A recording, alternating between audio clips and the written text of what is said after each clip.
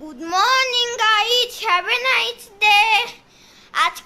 আজকে পাপাই হল এখানে আছে, ফোন দেখছে, কাল রাত্রির থেকে ফোনই দেখে যাচ্ছে।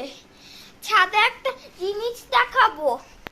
এই দেখো একটা গাছ ফুটেছে, এই দেখো একটা সুন্দর ছোট্ট গাছ ফুটেছে, দেখছো কত ছোট্ট গাছ। এটা মনে পাপাই করেছে, সেদিনকে ভাবে ছাদ পরিষ্কার করছিল ওর জন্য।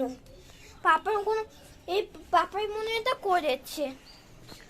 এতক্ষণ নিচে পড়াশোনা করছিলাম, বই কোথায় জানি না, আজকে খুব সুন্দর লিখেছি।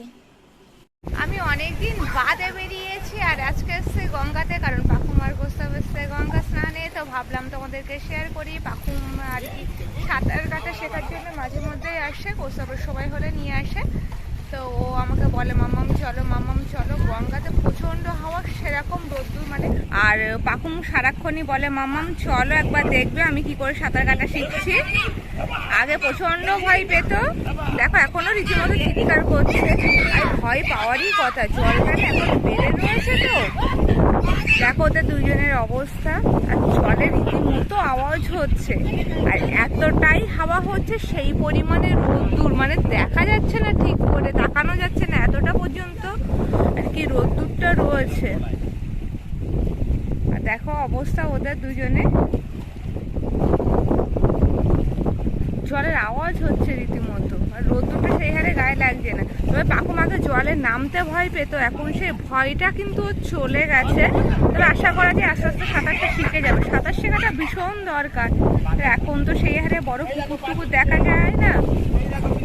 আরে বাবা, অল্প অল্প ভাষা শিখছে। এ ও নাকের মধ্যে জল না ঢোকে। দেখো ওদের দুজনের অবস্থা, আজকে নাকি সাঁতার শিখেই ছাড়বে। আমাকে নিয়ে এসছে সাথে করে। আমি অবশ্য বাড়ি থেকে স্নান টান করা হয়ে গেছে, আমার স্নান টান করে এসছি।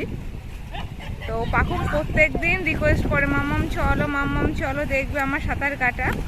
তো আগে জলে ভয় ছিল, এখন ভয়টা নেই, এখন বদমাইশি শিখেছে, এই বদমাইশি চলছে। বাবা কি আওয়াজ জলের, আর এই সিঁড়িগুলো দেখলে বুঝতে পারছো যে জলটা কি হারে বাড়ছে। অবস্থা, আরে উঠে আয় রে, অনেক স্নান করলি তো বাবা, এই উঠে আসো।